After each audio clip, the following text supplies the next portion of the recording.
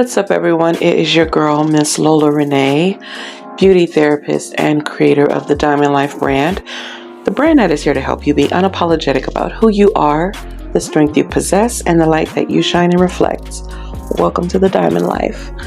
So I am doing another video for the Grown Sexy and Confidently Single series. So before I do this video, just to give you a rundown on what it is about. So I started doing this series because I wanted to make sure that people were good stewards over those three things, being grown, being sexy, and being confidently single. I decided to do this because I felt like I didn't see enough people who understood what it meant to be any of those things. So, people consider being grown, just being of age, able to say and do what you want to do, not realizing the responsibility that they hold to being an example to a younger generation that is coming up watching them, and not understanding what it means to govern themselves accordingly. As far as accordingly, meaning according to the Word of God, or even just according to a positive mindset. I see that in the way a lot of people present themselves, from the way they wear their clothes. And their excuse for it is, I'm grown. I'm going to wear what I want to wear because I'm grown. I'm going to do it the way I want to do it because I'm grown. And, no offense to your grownness, but there is still a responsibility to do it in a way that when a younger generation is coming up, they are not irresponsible with their being grown. Also, when it comes to being sexy, just really redefining what that means. Sexy is not all about sex. I believe that being sexy is anything that a person is attracted to about you. So your mindset, the way you think, the way you dress, the way you present yourself, the things that attract people to you, your confidence matters. Those are things that are sexy to a person. Doesn't necessarily mean that they want to jump your bones right then and there, but it's attractive, and that's sexy. So then when it comes to your confidence, especially in your single season, this is where you really build up your confidence when you are single, because there's no one there to validate you. No one but you. It's the relationship with yourself where you get to validate everything about you, so that when you do meet another person, they can't mold you. They can't make you into something else, because you've created a great person already, and either they're going to get with it or get out the way for the right one to come along. And so that starts with your single season. It starts with you asking the questions of who are you? Right then and there, in your, while you're by yourself, without a plus one in your life, who are you? Who are you outside of your last relationship? Because who you are now versus who you were in that relationship are two different people. You're two different people there. Who you are now versus who you were last year, two totally different people. I would hope, I pray that they're two different people. And so you don't want to see that you are missing out on great opportunities to become the woman of your dreams, because you are so busy being stuck in yesteryear, so busy being stuck in who you were, that you can't become. So your single seasons are very important. So this is going to be another part of Grown Sexy and Confidently Single. I decided to do this, and I know most people will be like, well, why is this a part of a single series? So let's talk about that. Why is this a part of a single series? Because most times when you are sharing your man, or I may even say your woman, when your man or woman is cheating, there's a good chance and you have been neglecting or ignoring or bypassing this situation because you don't want to see it. Maybe your nose is just so wide open. But what you usually hear by the end of the relationship is, I kind of always knew. And, instead of you addressing what's right there so that you could make, room for someone greater to come along if that needs to happen. If you are not in that place to do that, then you need to know now. Like, let's just go ahead and get this out of the way so I can make room. So with this series right here, or this part of the series, it's going to take for you to be okay with seeing it, and not just okay with seeing it, but doing something about it. Kind of like how they say you have to own your stuff. Owning your stuff doesn't look like just telling the truth, but it looks like telling the truth, that hard truth, and saying, so what are we going to do about it? So this is the same thing. You're facing up to that hard truth. Now, what are you going to do about it? So are you going to continue to stay in the nonsense, or are you going to move forward and do what needs to be done so that you can make room for that one that you have been praying for or you have been waiting for, and you can continue to prepare yourself for who you've been waiting for to come into your life. Let's just go ahead and get started with this. Some of these things you've probably heard. Some of these things you probably haven't. Some of them I'm going to stop and kind of explain. Some maybe even a little self-explanatory. And here's the thing, if you do see this in your relationships, please do not bypass these things as if they do not matter. They matter. They matter a lot. And the only reason that they don't matter is because you haven't put pressure on it.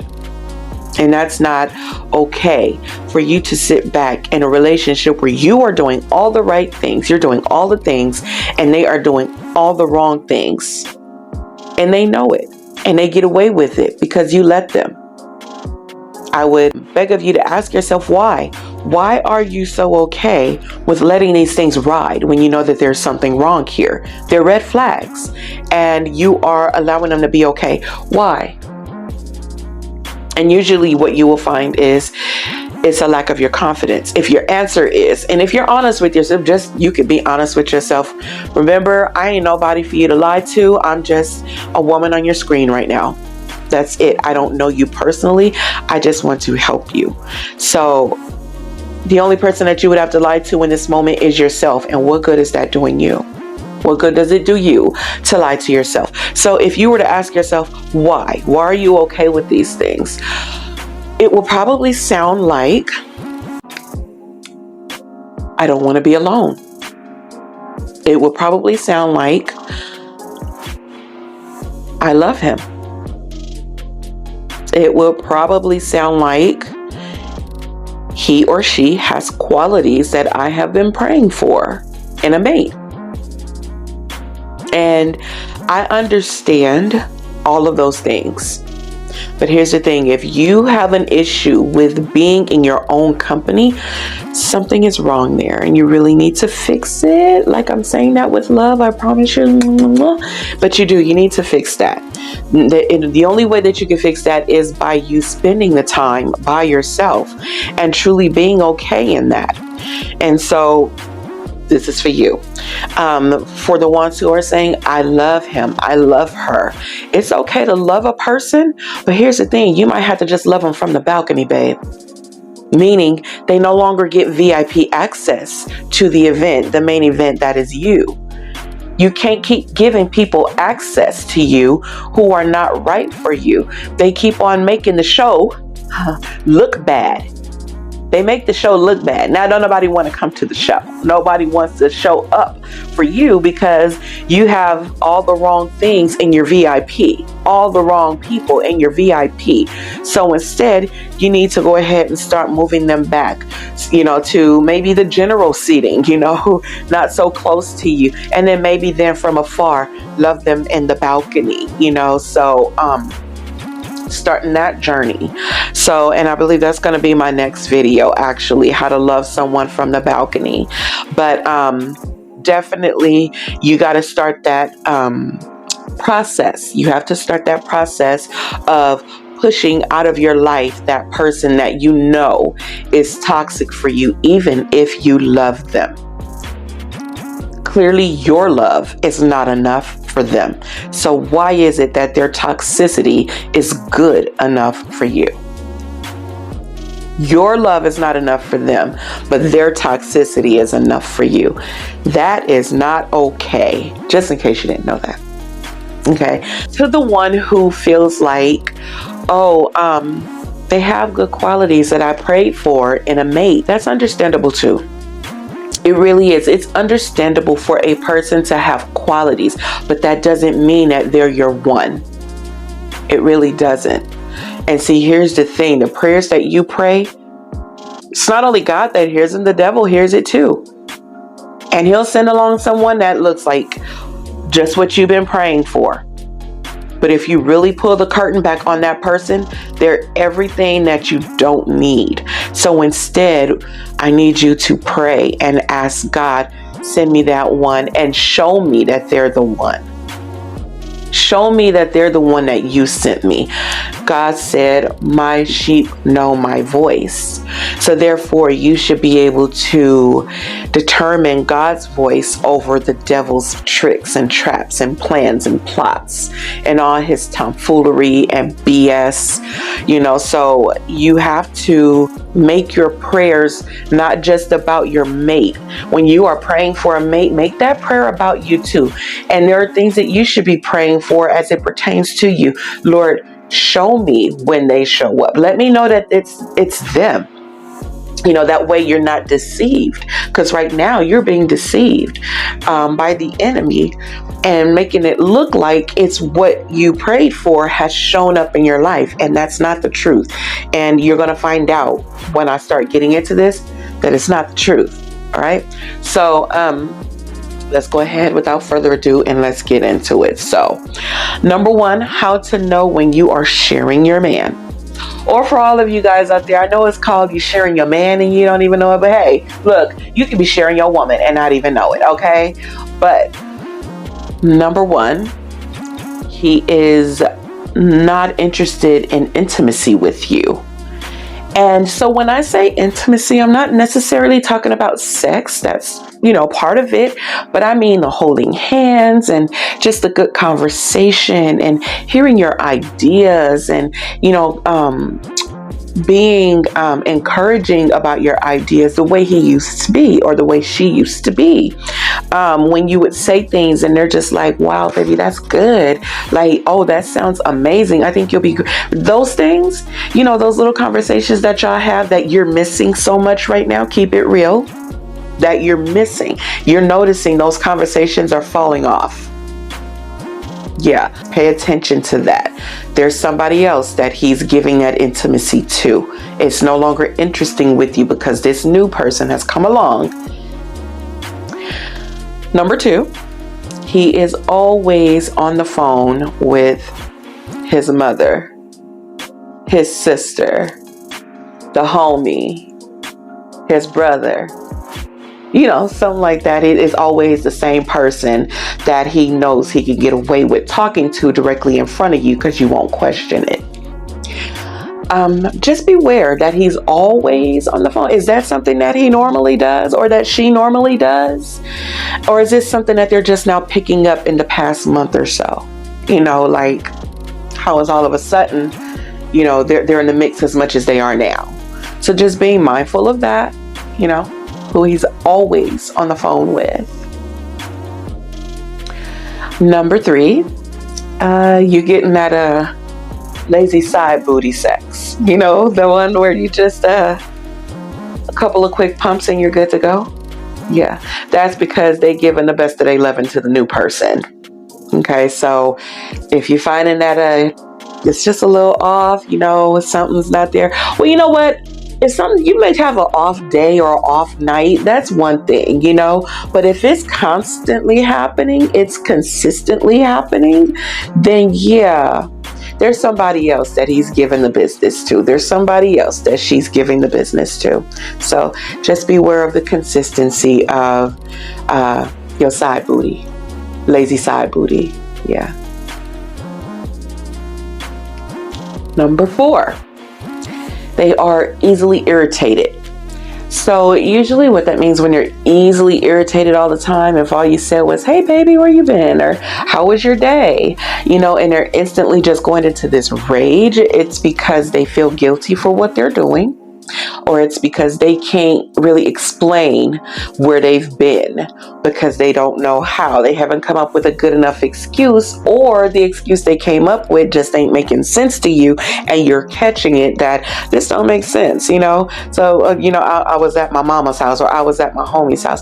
3 days in a row, you've been at your mama's house? Is your mom okay? Is your mom, when you start to show concern for their excuse, it's too much because they didn't come up with an excuse for the excuse. So now they're mad. And so now they're frustrated and they are going to pick a fight. And so that makes you want to get combative. And now the both of you are combative. Now this makes room for them to leave and go to the new person, because now they found the excuse that you've just become too much to deal with. You just become you always want to fight. You always got questions. You always, so just be aware, if they are always looking for a reason to pick the fight, they can never explain where they've been. If they have an issue with your rebuttal to their excuses, you might want to check that out, Call your homegirl and tell her to show up with the getaway car, the unmarked car. Let's follow this ninja and see where they're going, So, just saying. That could definitely be a thing. Number five. Number 5, when they have changes in their online behavior. So if you're noticing where you usually always have access to things on your computer, maybe even access to their phone, suddenly they got passwords and passcodes, they've changed them up on you, things like that. It's for a reason. Pay attention to that. And then pay attention, because if they give you the passcode, password, and it's just like, oh, I forgot.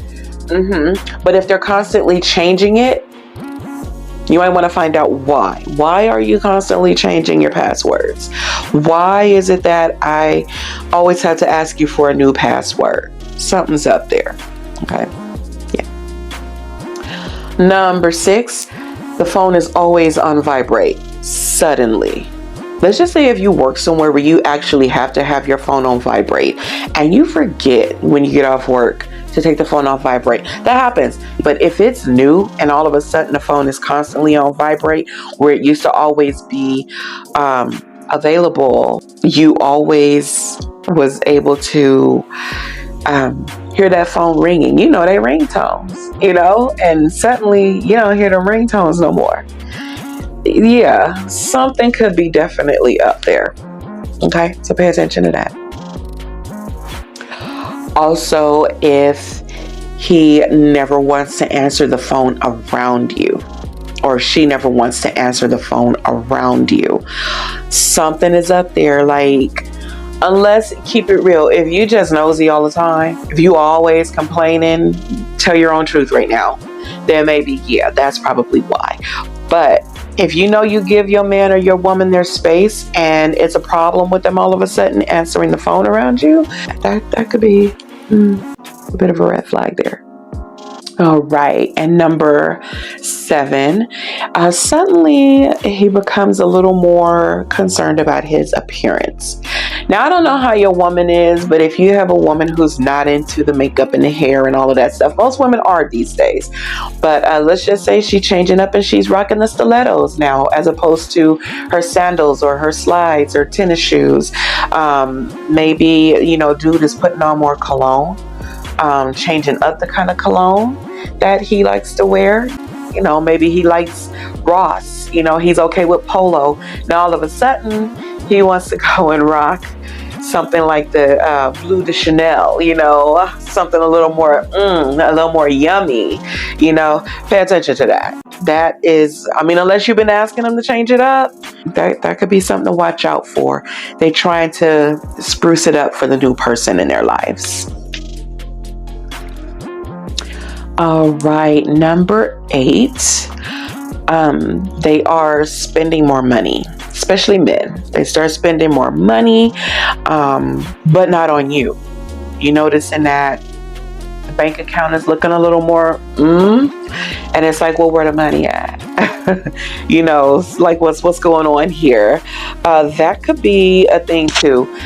Beware of, oh, it's for my mom, or something like that. Like if they don't usually do that for their mom, at that point, I mean, if you're close to moms, I would probably be, having open-ended conversations with her. Like, I love that he's doing so much more for you.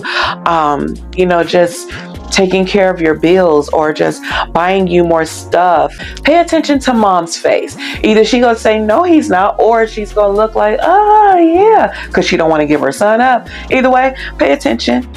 Pay attention. Mama gonna let you know what's really going on. Whether she lets you know or she just lets you know. You know what I mean? So pay attention to mama and just have those open-ended conversations with her where she can kind of spill the beans without knowing she's spilling the beans. Okay. Number nine. So he is always accusing you of being the cheater. And so what this usually is for is because they want to deflect from the fact that they are cheating.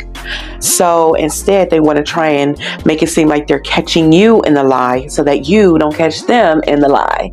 So if they're always constantly accusing you of cheating, and I think if it were me, I would not actually even go into the conversation with them.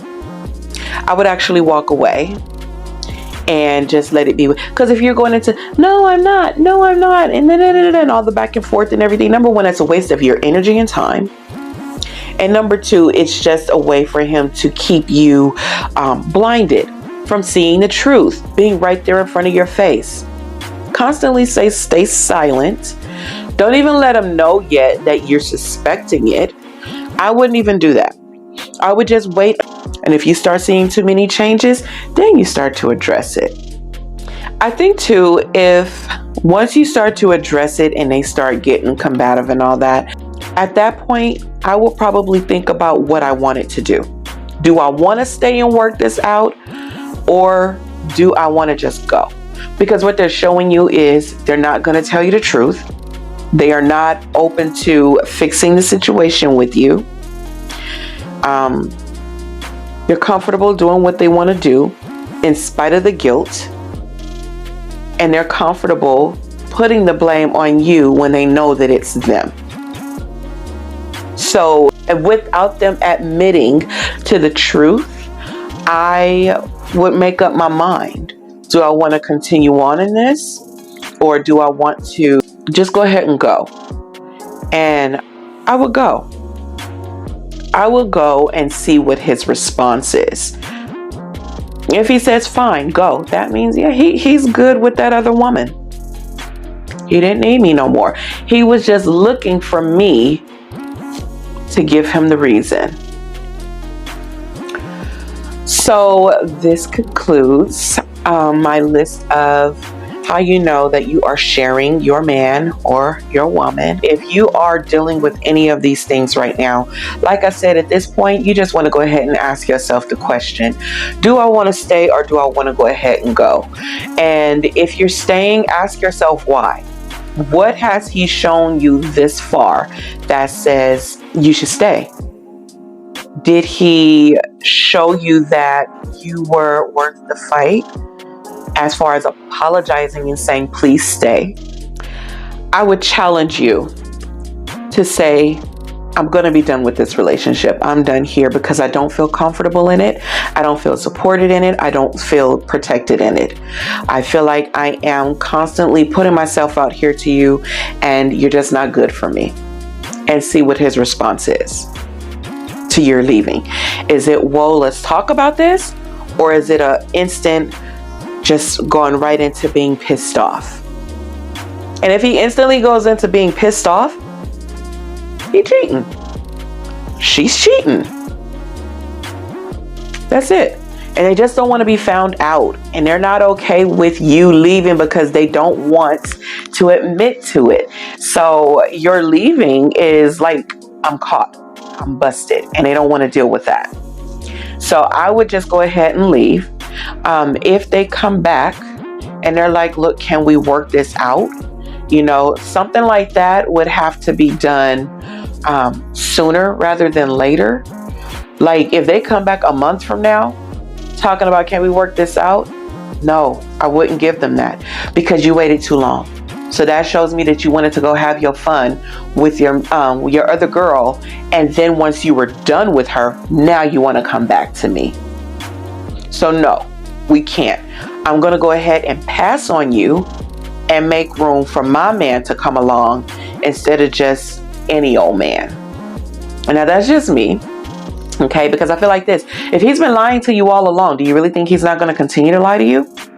The only reason he came back to you a month from now is because he knew that you would say, sure, let's work this out. And then he knows that you're going to come along with the, you know what, I really need you to change this and I need it. And he's going to give you all the okays and okie dokes and you go fall for it. And then he's going to go back to being who he's always been. When someone shows you who they are, you believe them. You don't just keep giving them chance after chance. And so you just let them know. I don't want to make time for the foolishness. No. And mean it. And here's another thing. If you get to a 2-week point of not hearing from them, I would probably just block them so they can't call me. Because if you keep that line open for them to call, why? So think about that. Why are you okay with keeping that line open for them to call? Because you're expecting their call. Anything after 2 weeks, and I feel like that's even too long for me, but I'm gonna go ahead and just say 2 weeks for most folks. But anything after that, they was just trying to get all the fun they can have out of the other person that they was with before they get them out of their system, or try to get them out of their system. So you might want to just go ahead and let them go, because they just go keep playing. And the thing is, they know that they'll always have you to run back to, old faithful. That's who you are at this point. So why are you okay with leaving them unblocked after 2 weeks, knowing that they're gonna call you?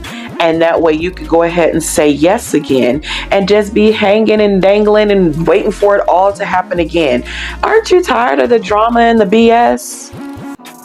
BS, by the way, is a broken system. Aren't you tired of the broken system where you systematically allow this man or this woman to come into your life, take from you, you give everything to them, and then they shake the spot, or they disrespect you or disregard you, belittle you, and show you that you're absolutely nothing to them because they know that you'll stick around. It's just a cycle. You being pissed off. They already know what they got to do to get back in your good graces. They do it and they go back and find somebody else to cheat with. You get pissed off. They get in your good graces, and then they turn around and go back and find somebody else to cheat with. You get pissed off. They get in your good graces. BS. A broken system. That's what it is. It's a broken system. Aren't you tired of BS in your life? Yeah, you really should be. So just go ahead after 2 weeks. If you don't hear from them, block them. Unapologetically. Block them. Access denied. They cannot keep having access to you. And the only reason they do is because you give them access to you. Which, by the way, takes down your value. It devalues you. And it's no longer them at this point that is devaluing you. It is you doing it to yourself. You have every right to dismiss anybody from your life who does not serve purpose in your life. So just go ahead and do it. All right, you all. So I'm going to end it right here. Listen, you all, just be encouraged that you may go out and encourage someone else, because there is someone in this world who absolutely needs more than they want your encouragement. And if you're looking for a few good ways to encourage someone, did you know that your eye contact will encourage someone? Your beautiful smile that God has given you will encourage someone. Your hello can encourage someone. And if you put them all together, it looks just like this. Hello. The gift of your attention can change the narrative of someone else's day, the narrative in someone else's mind, who may feel like, why am I even here in this world? Why am I here? That question can lead to so many different paths. One being them not being here tomorrow. The gift of your attention can make the difference in someone's life who may not otherwise feel like they have a reason to be here. And now they can say, maybe, just maybe, I'll go on today. I'll live today. And you did that. So thank you so much for the gift of your attention to someone else who might not otherwise get it. All right. You all, I love you so much. There's nothing you could do about it. You have a great rest of your day. Make it beautiful on purpose. Blessings. Mwah.